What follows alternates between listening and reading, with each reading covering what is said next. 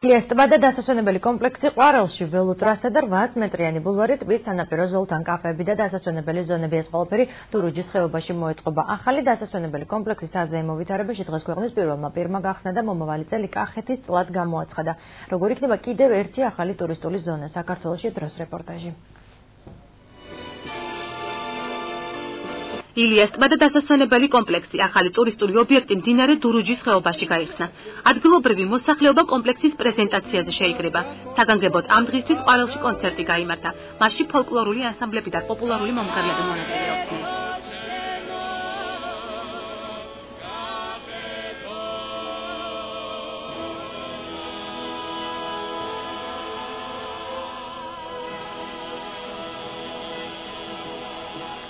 ველოტრასა და 8 მეტრიანი ბულვარი ტბის სანაპირო ზოლთან, კაფეები და დასასვენებელი ზონები. რეაბილიტაციის პროექტი რამდენიმე თვის წინ დაიწყო. შედეგი კი კიდევ ერთი დასასვენებელი კომპლექსის ამოქმედებაა. კომუნიკაციები შეუცვალეთ. აბსოლუტურად ნებისმიერ ტიპის სპორტული ღონისძიების აქ ჩატარება შესაძლებელია. ულამაზესი რესტორნები აშენდა, არის პილსები, არის ულამაზესი ხიდი და ამფითეატრი, რაც ამშვენოვანია. და მინდა გითხრათ, რომ ეს ტბა საბოლჯამში მიბმულია ყვარელზე და ნებისმიერ ადამიანს, რომელსაც ერთხელ მაინც სურვილი გაუჩნდება აქ ჩამოვიდეს, დარწმუნებული ვარ, აქედან წასვლა სურვილი არ გაუჩნდება. ერთ-ერთი ყველაზე წინ გადადგმული ნაბიჯი კახეთის ინფრასტრუქტურის განვითარებაში და გარდა იმისა, რომ აქ ძალიან ბევრი ადამიანი დაისვენებს, ძალიან ბევრი ადამიანი დასაქმდება, ეს არის კიდევ იმის წინაპირობა, რომ კახეთში ძალიან ბევრი ტურისტი უნდა ჩამოვიდეს. კახეთი დღევანდელ დღეს უფრო და უფრო პოპულარული მიმართულება ხდება და რა თქმა უნდა, სწორედ ილიას ტბა ხელშეუწყობს მომავალში, რომ ძალიან ბევრი არ მარტო ქართველი, არამედ უცხოელი ტურისტი ჩამოვიდეს აქ გასართობად, დროის გასატარებლად და დასასვენებლად. ცისფერ ტბას ილიას სახელი დღეს ოფიციალურად ეწოდა. ახალ დასასვენებელ კომპლექსს საქართველოს პრეზიდენტი სტუმრობდა. მიხეილ სააკაშვილი ადგილობრივ მოსახლეობას შეხვდა.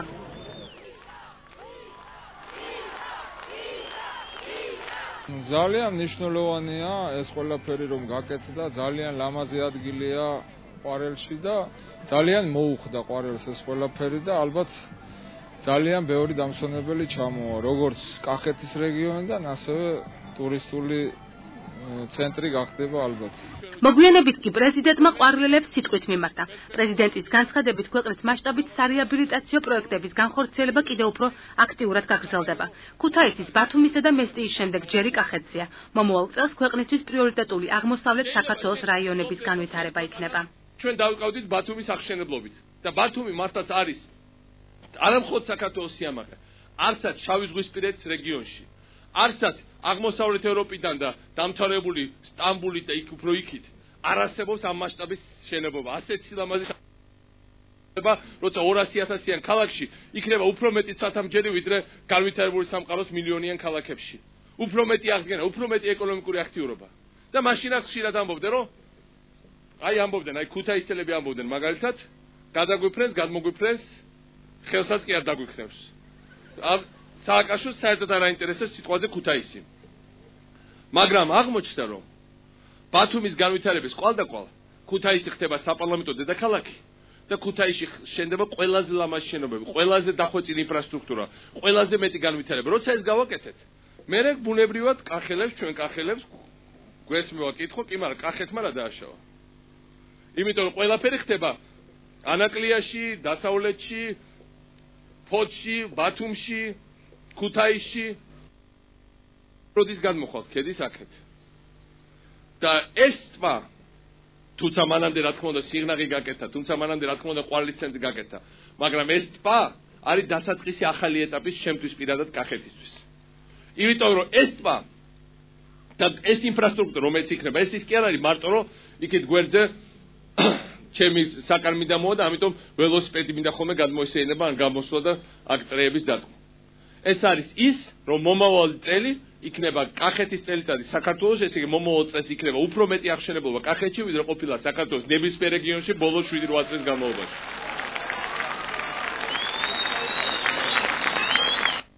ქართული პროდუქციის პოპულარიზაციისა და ტურისტული ინფრასტრუქტურის განვითარების საქმეში შეტანილი წვლილისთვის პრეზიდენტმა დღეს ბიზნესმენი გია პირადაშვილი ბრწყინვალების საპრეზიდენტო ორდენი დააჯილდოვა. აი აქ თაზე შენდება სილამაზის ახალი სასტუმრო. და ამ სასტუმროს აშენებს ერთი ადამიანი, რომელიც მე ახლახან გავიცანე სრულიად გია პირადაშვილი. რატომ მინდა ამ ადამიანზე ვილაპარაკო? იმიტომ რომ გია იყო წარმოიდგინეთ 2006 წელს რუსეთმა გამოგვიცხადა ჩვენ ემბარგო. ძალიან ბევრმა ეგრევე ჩამოუშვა ხელი. ვიხოთ დამთავრდა ჩვენი წავო მიხელ დავიხუროთ ხუდი სხვა რაღაცა გავაკეთოთ. სწორედ ეს პერიოდი იყო, როცა გიამ დაიწყო ბიზნესების კეთება ღვინის დარგში. ჯერ შექმნა თელიანის ველი, რომელმაც მიუხედავად რუსეთის ემბარგოსი, შექმნა ყველაზე კარგი დისტრიბუციის ქსელი ახალ ქვეყნებში, ახალ ბაზრებზე, ახალ გასავალზე და პრაქტიკულად ნოლიდან აწყობა კომპანიამ, რომლის შეიძლება სხვადასხვა მოსაზრებები ქონდეთ ხარისხზე და ასე შემდეგ, მაგრამ ფაქტია, რომ ყველა სადაც წახვალ სოფლიოში ყველგან არის გია შექმნილი თელიანის ველი, ესე კახეთის გასავალი სოფლიო ბაზრებზე, ესე იგი თითოეული ჩვენი ოჯახისთვის უკეთეს გამოსავალი.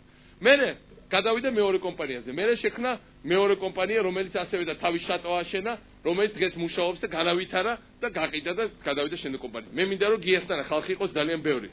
მაგრამ ჯერჯერობით სულ რამდენიმე კაცი ყავს შეიძლება საქართველოში ასეთი. და თუ რამე გამოხატავს ამ ტერმინს რაც აკეთებს გია პირადაშვილი ამ თავისი აღშენებლობით. მე ვფიქრობ ეს არის სიტყვა ბრწყინვალება. მე ჩვენ გვაქვს ერთ-ერთი უმაღლესი სახელმწიფო ჯილდო ბრწყინვალების ორდენი და მე მინდა თქვენი სახელით იმისათვის რომ დიდი წვლილი შეიტანა კახეთის ეკონომიკის და შეაქვს აღორძინებაში უიმედობიდან გამოყვანაში და სწორგზის მიმართვაში გია პირადაშვილს გადავცეთ ბრწყინვალების ორდენი თქვენი სახელით.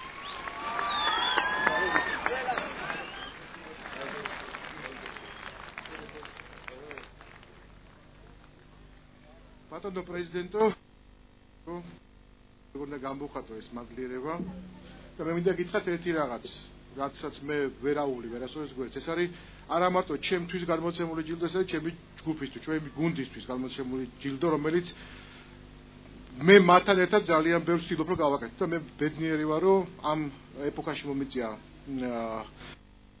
და ბედნიერი ვარ რომ ჩემი რაღაც პატარა წვლილი შემიძლია შევიტანო. ჩემი კუთხის და ჩემი სამშობლოს საკეთილდღეოდ. უღრმესი მადლობა. დიდი მადლობა.